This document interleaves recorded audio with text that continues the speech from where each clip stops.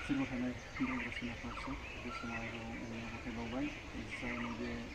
गारिनि थाखाय जों साफ्रोमखौबो नैबे गारिसिम बेनिफ्रा बायना लाबोनाय बे गारिखौ फोथांनो थाखाय बा सोरबा बेनि थाखाय नुजाफैदों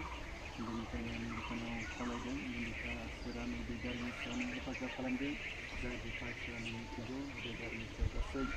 जानो गोनां खैफोद आफोदनिफ्राय जाहाथे नैबेखौ सोरा मिथिगौ बेनिखायनो जानो गोनां दंब्लाबो गासै खैफोद आफोदनिफ्राय गोजान खालामगोन होननानै बिफानियाव भरसा खालामदों जाय बे गारिखौ सालायगोन आरो बे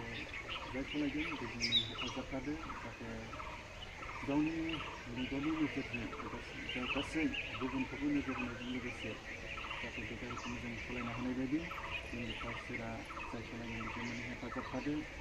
हेफाजाब थानानै जेब्लायबो नांगौ बायदि बियो गावनि खामानिखौ बाहायनो हाथों आरो गावनि खामानिखौ जेब्लायबो बिफानियावहाय गथायनानै जेब्लायबो सालायनो हानाय बायदि जों बिफानियाव गथायदों जाय बे सालायग्रानि सायावनो बोर आरो आशीर्बादखौ होनानै जों बिफानियाव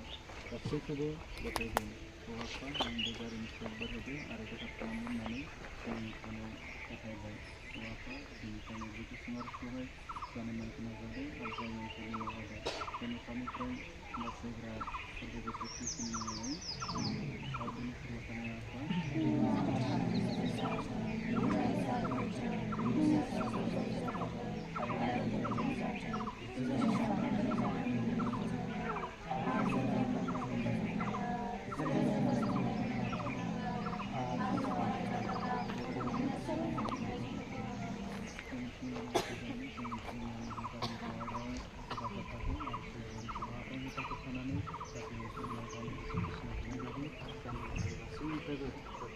बांसिनै बायदि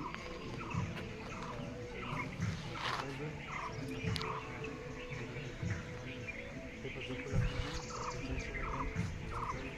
गावनि बे गारिखौ लाबाय जेब्लायबो मोजाङै गारि मोनथिनो हानाय बायदि जों हेफाजाबजों खुलुमनानैबो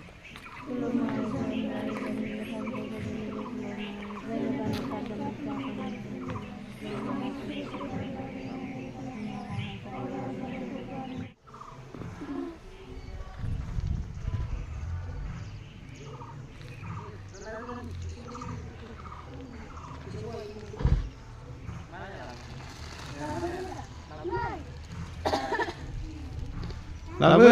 गारिफोर थानायनि केकफ्रा जोंबो जानोसै